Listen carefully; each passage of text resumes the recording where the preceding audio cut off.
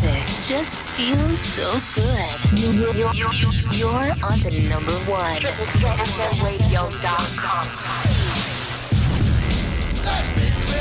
What is going on, everybody? How are you doing? Welcome back to the Echo Chamber right here on Triple Threat FM Radio. And I have international recording artist, officially international recording artist, Sa'ra Charismata. What is going on, Sa'ra? How are you?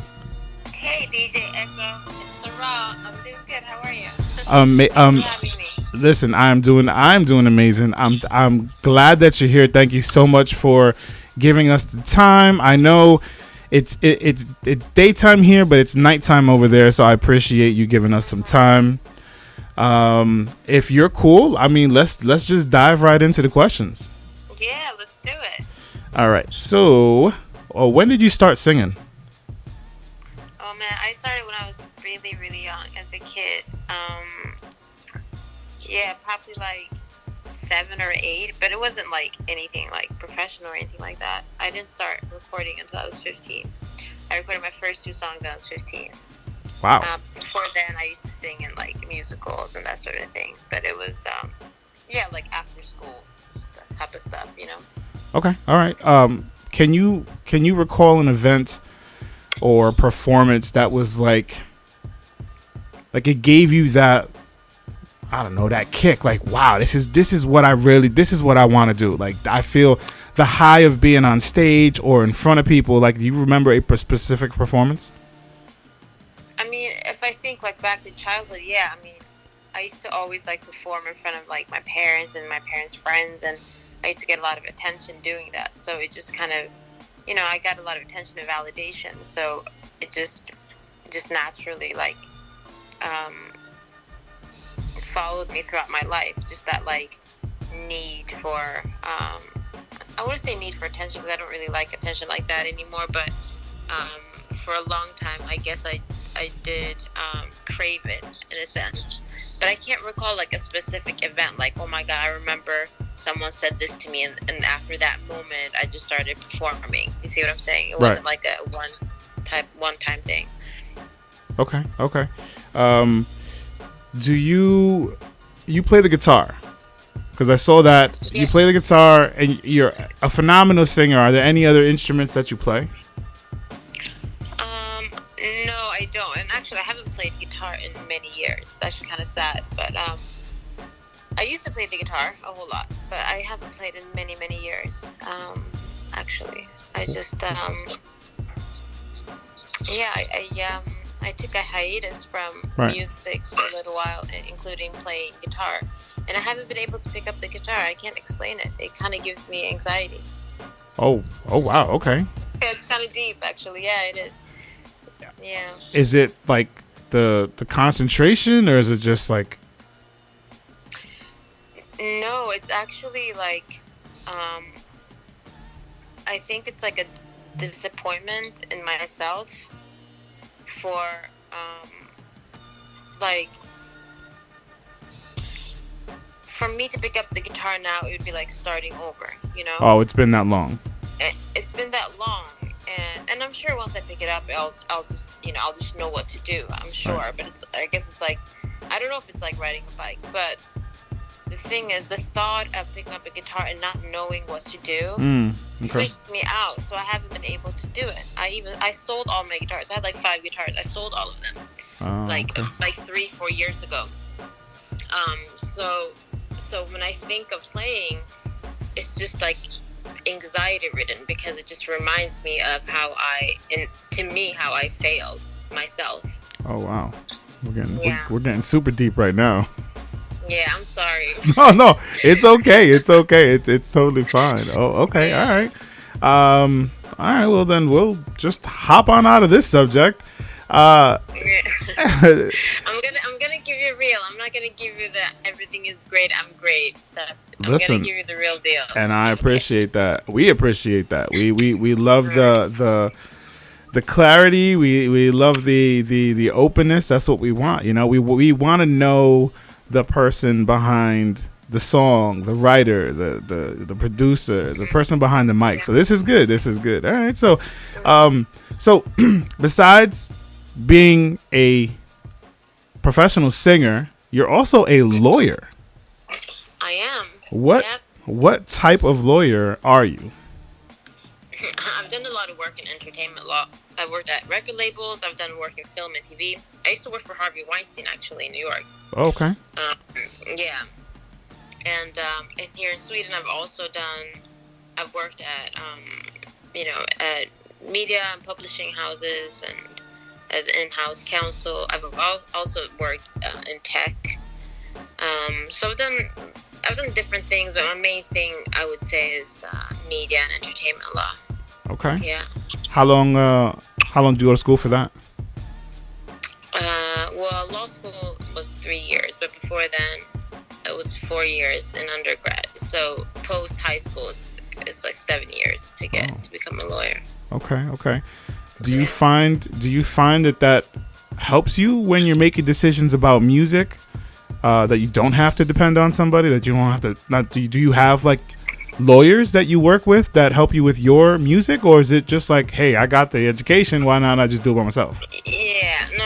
I draft my own contracts, all of that. No, I have no problem doing that myself. It's actually, it's a blessing and a curse because sometimes I get in my own way because I know too much, right? Right. But it's a great thing because people can't like pull one over you. Like, I'm not gonna name any names, but right. I was dealing with somebody in the music business recently, a PR person, who he wasn't doing his job basically, and I was calling him out on it. And he started saying like, well, I'm going to call my lawyer. And I was like, actually, yeah, please do. I'm a lawyer too.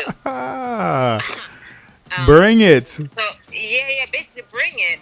And as it turns out, I mean, he was basically the one in the wrong. I talked to his lawyer, and his lawyer was like, yeah, no, don't pay this guy. You're totally right. You see what I'm saying? But my point is, like, if I didn't know my rights, if I didn't know that I wasn't doing anything wrong, he would have totally hustled me. He would have hustled me for so much money, and I would have just, I mean, he would have, like, Joyner Lucas me, basically. Right.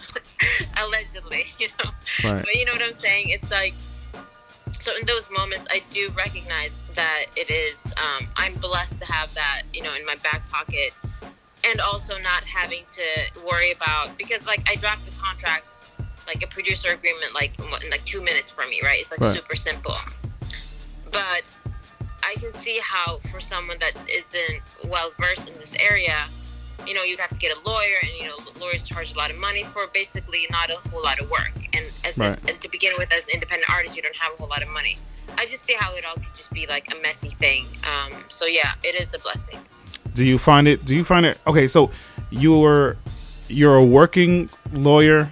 You're obviously a working, singer, artist. Do you find it hard balancing the two of them? Do you kind of have it where it's balanced right now, where it's like, I have designated time for this, I have designated time for that? Because we go through. I've asked some of the artists that have been in school, going to their doctor, going for their doctorate, going for their masters or whatever, where they have to set time apart for each from each other to kind of be the best at both of those. So in your case, you're a working lawyer and a working artist. Like, how do you manage the two of them? It's interesting because for a little while I was only doing music, and I was a bit younger too, but things were definitely moving, because like when you're a lawyer, it's also like a different lifestyle. It's difficult to go from being like, it's almost like you go from being one person to another, because you're in a sense playing a character when you're a lawyer, and then when you are an artist, you have this artist persona. So it's not super simple to just switch from one to the other. And at one point, I was only doing music, and I could only focus on being like an artist and everything that entails. And yeah, so things were a bit different. Things were definitely moving, I think, faster for me. But also there was this, I felt more authentic as an artist because I was only doing that. Does that make sense? Yeah, no, it does. But now that I'm doing, but I have to pay my bills, and unfortunately, I'm not in a place where music like supports me. Right. Like, I can't have the lifestyle that I'm leading just being with my music. Right. So yeah, I work as a lawyer, partly because I need to, because I need a job. Also partly because I'm good at it. Also partly because it is kind of fun, right? Okay. It exercises a different muscle. There you go. I like that. All right. But I like that. it does. But with that said, it's like it's interesting because I'm actually on vacation now for a few weeks. Okay. I'm in between two jobs, and I thought that I would be so much more productive. But for some reason, I'm more productive when I'm also working as a lawyer than I am when I have all this free time. I thought that I would be doing so much more for my music. Right. But it's almost like the frustration of having a 9 to 5 is my motivator. So when I don't have that motivator, it's like, do you see what I'm saying? Right. It's like the juices are flowing for one. It helps the other. Yeah, and the motivation is sort of like for me to be able to like get out of having to work a 9 to 5 so I can focus 100% on my music. Right. But when I'm not working 9 to 5, I don't have the motivator to like. Do you see what I'm saying? Yeah. It's like, let's say you have a job that you just don't like. That's the motivation right there. Mm-hmm. But right now I don't have anything that I'm like trying to get away from. So it's like, yeah, it's interesting. Okay. Oh wow, that is interesting. You're right. You're absolutely correct. Mm-hmm. All right. So let's get into it. Let's talk about. So this is your debut single, right? This is your first song. No. Oh no. You have a library. I have a library. I mean, I don't have that many songs on Spotify, but I have been active for many years. Like, if you Google my name, not to be like Google my name, like you'll see stuff. Well, you have a distinct name. It's not. I don't think anybody else has your name. Oh, Sa'ra Charismata. Yeah, I don't think anybody else has that. Yeah, you should Google it because I've been doing this thing that I call protest pop music. Yes, I wanted to get into that. So we're already here. Let's go into it. So you call your music protest pop. So explain what that means, and why did you start it? Well, it started. I've been doing it for a very long time. I just didn't call it protest pop until like maybe 10 years ago. Right. When I was in college, I was doing protest music, but it wasn't like very poppy. It was acoustic. It was like me and a guitar basically. Right. So I've always done sort of like protesty music. And then at one point, I think it was in like 2013 or something like that, I started making like, like legit pop tracks. It's like if it was a fusion of like hip hop, punk, and pop. Right. And I would just like bury my messages, like because I realized that partly because I thought it was I have a pretty I'm a pretty like kooky person, so I like to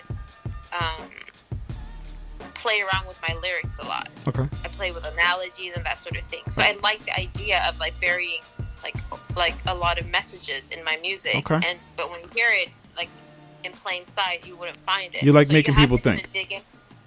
Yeah, but you have to kind of like dig into to me and the music to sort of like it's like it's a I put out like it's almost like pieces of a puzzle. So you have to kind of be into it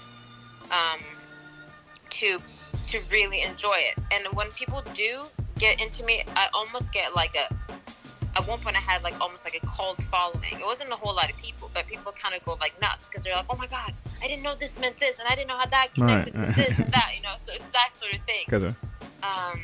But I did take a hiatus for like 5 years. So now when I put music out, like you just said, it's like, oh, is this your debut single? No, it's not. I used to have a record deal with Universal. Mm-hmm. Like I've had my music on the radio, like a lot of things was happening for me.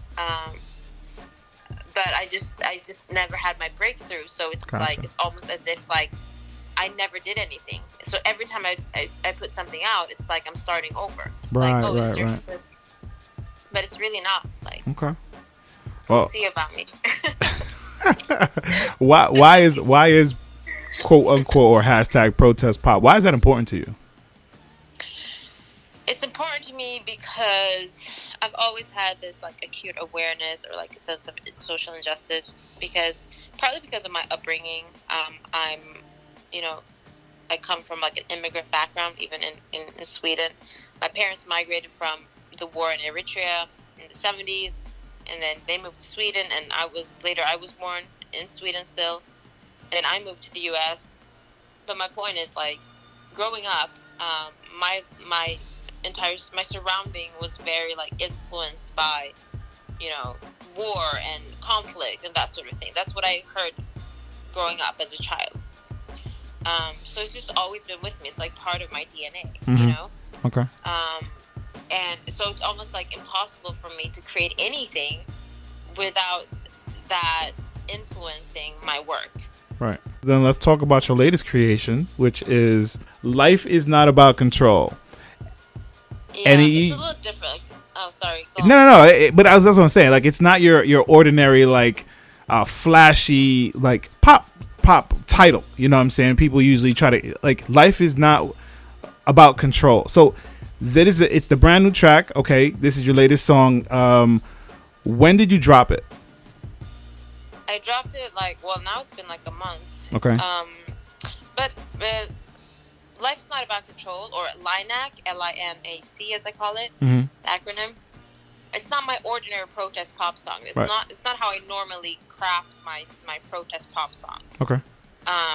This one is a bit more personal, actually, because this is a song that I created after, many years of, like, self-isolation and sort of me going through a lot of struggles in my life.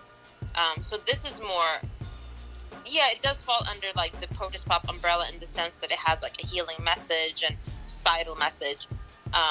But it is more personal for me and my struggles, and I think a lot of people can relate to sort of the message, I hope. Okay. But it's slightly, but I just want to give you that, like, precursor, I guess. Right. For someone that's, like, new to my music, hearing this song, they might be like, oh wait, is this protest music? Like, listen to all my music and you'll understand, like, the bigger picture. Google it. Yeah. And everything you have is available on iTunes and iTunes and Spotify. So as soon as this show is done, I want all of our listeners to go on iTunes, go on Spotify, follow, like, purchase all of Sa'ra's music, protest music, the new track, which I love. It's got, like, I don't know, it's got, like, an 80s flair to it. It's got, like, it's upbeat, but it's, like, I don't know, like, when you were making this song, was this something that was put on your, like, this was put on your lap, the way the song was structured, or did you kind of create this with the producer? I started writing this song in 2013 or 14, believe it or not. Okay. But I never completed it. I just started writing, like, the verses, and then I just left it. It didn't feel ready. I didn't feel completely vulnerable. I don't know why I was writing it. Actually, I used to say, that I wasn't even writing it about myself. I was like, oh, this is about someone else. I wasn't ready to, like, claim my challenges. Right. Mm-hmm. I wasn't ready to be vulnerable like that. So I just left it. And then I was working with this producer, an old friend of mine from New York, during the pandemic. I was in Sweden, he was in New York. And we just said, hey, let's do something together. So we just started working on a track, and it just occurred to me that it's time for this song. It's this song that needs to be, So we just started working around the song that I had, and created produced a track for it. And that's sort of how, that was just, like, the mechanics of how the song came to be. Okay. But the real interest... go ahead. No, go ahead. Sorry. No, I was just saying, but the real interesting thing about the song is really the content of it. Other than the interesting sounds and the throwback to the 80s, it's definitely, like, I say that it's the genre is, like, a combination of, like, old school, like, Swedish classic, like, pop music, like ABBA type of, like, chorus, mixed with, like, Culture Club, Karma Chameleon with all the harmonies. Yes. Mixed with some, like, black gospel music. It's like a mix of different things. Right. And I've crafted it, like, very carefully. That's exactly how I want it to be. This is actually a song that I feel like I can I'm very proud of it because it's so crafted, it's perfectly crafted. In Right. that sense, I'm proud of it. Yeah. Okay. All right. Is it popping out there in Sweden? Is it like, are you performing it a lot? Like what's the vibe from it out your way? I haven't performed at all. That you haven't performed this song at once yet? I haven't performed at all. Oh, we gotta get a performance of this song. What about some YouTube lives or something? Listen, I was talking to my PR person today, and she was saying like, "Yo, you gotta go out and perform the song." And performing used to be my thing. And you have to understand, like, I'm coming back from like a 5-year hiatus. Like, I'm calling people that haven't heard from me in 5 years. Like, hey, yo, what's up? Like, can you put me on? And they're like, where have you been? Do you see what I'm saying? It's like, it's not that easy. I'm trying, and I'm kind of like in this place where like I'm struggling. It's kind of like with the guitar thing. Like, I'm struggling, like, accepting that I have to start over because in my mind I'm somewhere else. Because in my mind, over the past 5 years, I've been developing, you know. But people in the world, they haven't seen anything from me, so I'm really like starting over, and I'm not accepting the fact that I need to go to a dive bar basically and beg them to like let me perform for 5 minutes. That's where I'm at right now, you know. But in my mind, I'm like where I left off. I'm like, what do you mean these festivals don't want me? What do you mean I can't go like to this big club and perform? Right. You know? Yeah, no, I understand. I definitely understand. It's like you're established. You've been out there for a while. You have a lot of music, but it's been so long since you've put something out there that people almost not forgot about you, but you know, you've taken it, because everything's about momentum. I think everything's about momentum. You know what I'm saying? And when you lose a little bit of it, it takes a hit not only on you but other people wanting, you know, hey, where's she been? Where's she been? So, and I was never famous, mind you that. So, so imagine if I had at least like had like a real breakthrough, because I had underground buzz. Like, people like in Stockholm like knew who I was, you know, which is a pretty big deal in itself. Like, Sweden is a big like country to be recognized in as far as music, but it was still like on some underground. You know what I mean? So it's not like I had mainstream like, you know, recognition. So I don't have anything to fall back on. Right. Okay. And I'm just All right. Well, we're gonna do our best. All right, we're gonna do our best. You know, DJ Hugo Boss has played your music. I've played your music. Hopefully, this will get a little extra, because I mean, you're really, really good. The song is really, really good. Is it part of an album? Is it part of a bigger project, an EP, a full album, or are you kind of just throwing out singles to kind of gain that momentum again? I'm just throwing out singles for now, because I don't have the resources to do an album right now. Gotcha. Okay. To tell you the truth. And I'm not sure where this is going. Like this, I'm just getting my feet wet again, and just trying to gain an audience and trying to see like what resonates with who. So like I'm gonna just keep doing the single thing for a little while. Gotcha. All right. What do you want people to take away from the Sa'ra experience? Like, what do you want them to take away from your music? From, you know, when you talk. I mean, you look like a model. You've got your photographer does amazing work. You know what I'm saying? The video that you did for Life Is Not About Control. I mean, just really, really like well done. Like, what do you want people to take away from the experience of, you know, watching your videos, listening to your music, you know, listen to you talk? Because you also on your Instagram it said TEDx, right? Yeah. So I mean, you've done a lot. What do you want people to take away from you know, from following you, from, you know? I would say get into the experience. Like real, and I can't stress this enough. Like, listen to all my songs and listen to the lyrics. Like, go back and read my old interviews. Like, you know, I mean, geek out. You know. Dive in. Let's go. Yeah, that's kind of what you have to do. I'm not like an average like pop singer, you know, or like a, you know, I can't just. That's not what's gonna get you like hooked. You have to get the bigger picture. It's the whole part. It's the whole package. So if you have some time one day, like, and you're just like bored or whatever, be like, let me geek out on Sa'ra for an hour. That's Let me it. see what's out there on the internet. Right. Like, there's some really weird stuff out there. I have different aliases. Like, there's like a whole thing out there. All right. So, well, while we're here, while we're talking about people following you, let's go over your social media. So, how can people find and follow you? Where are you on social media where they can find you? Okay, so I just started a new IG because there's 2 IGs. One is hacked. Don't go there. Don't go to the the other one is okay. So the one that you need to go to is I am Sa'ra Charismata. So it's like I am Sa'ra Charismata with the CH. I am Sa'ra Charismata. CHARISMATA. Gotcha.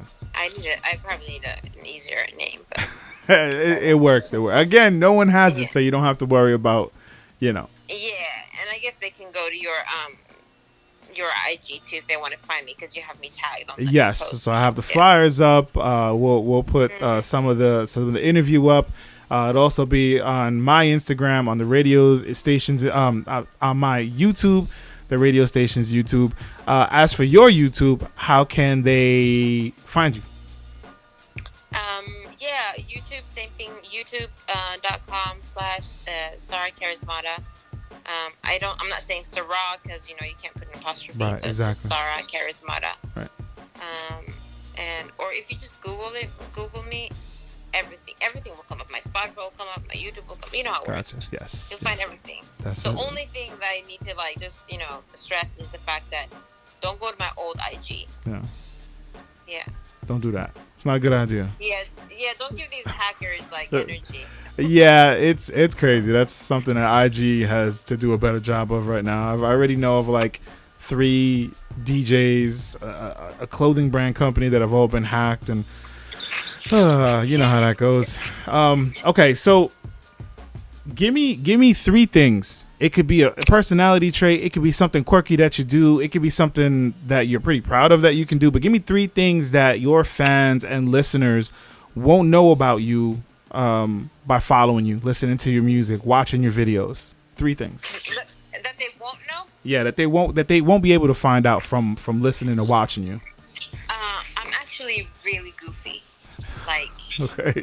I'm like super, like, if you look at my Instagram and stuff like you said, yeah, maybe I look a certain way. I'm like, oh, I'm like pretty girl, like whatever. I'm actually like, I get my hands dirty. Okay. And this you might know from my Instagram. I don't know, but I'm very athletic. I like to do I saw that. Yeah, the fitness video. I saw that. Yeah. Yeah. So I guess you might know that, but yeah.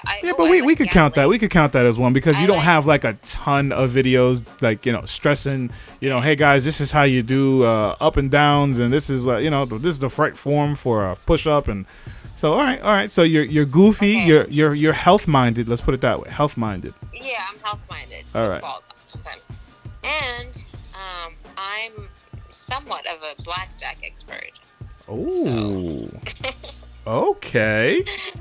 I mean, I don't count cards or anything crazy like that. Right. Trust me. You're a hustler, aren't you? If you want to win big, bring me along to your team. Oh, look at this. Okay. All right. I like it.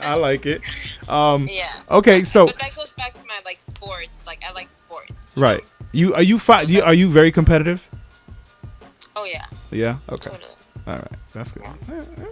Listen, Sa'ra, I think in a fun way. Listen, I think if I'm ever in Sweden or you're ever down in New York, I think we got to go. We'll hit the casinos a little bit. I think we could chill. I think that'd be a good time. I'm a really good time. All right. Good. Okay. But people don't know that because I'm really boring on Instagram. Okay. All right. Well, listen. They're listening to this interview and they're like, "Yo, this girl, she sounds mad cool. So that's good. That's good that we're opening up people's minds. Yeah, mad cool. Shout outs. Give some shout outs. Shout out the team. Shout out family. Shout out whomever. Yeah. Shout out to my mom and my dad. They're my best friends. Probably my only friends. No, I'm just kidding. Yeah, and shout out to, everybody that's been tuning into my music. I have a lot of, it's not a whole lot of new followers, but I do have some new followers. So, thank you for, tagging along on this journey. Yeah, and Okay. I want to thank Michael DeBars is someone I want to thank. Okay. I'm working. Yeah, he's been he's been helping me out with things. My PR people, Right. Fifth Element PR in the UK, Amanda.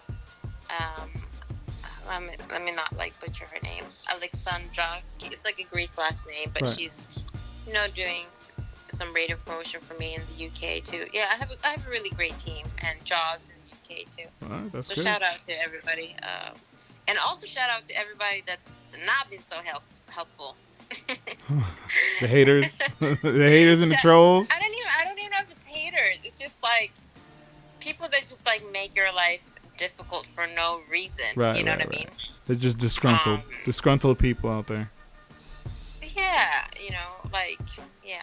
And let me not forget Chris Gilroy, the producer that I made this track with. He's Can't forget Chris. yeah, he's amazing. Please follow him too, Chris Gilroy. Yeah. All right. Okay, last question, and then I will let you go.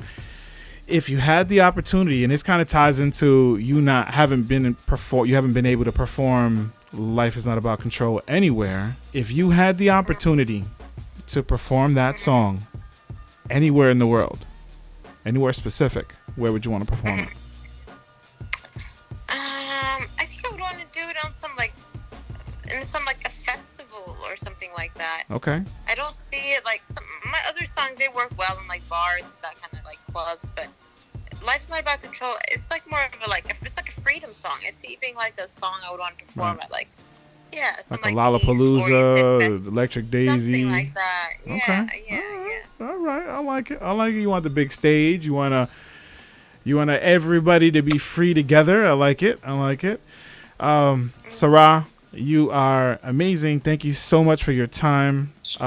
Definitely thank you for your talent. The song is great. Again, everybody listening right now, as soon as this show is done, go onto iTunes. Sa'ra Charismata. Look up "Life Is Not About Control." Buy her other stuff too. Support. Trying to make her way back, and anything that we can do to help is what we want to do. Help So me. Exactly. Please help me, guys. Yes.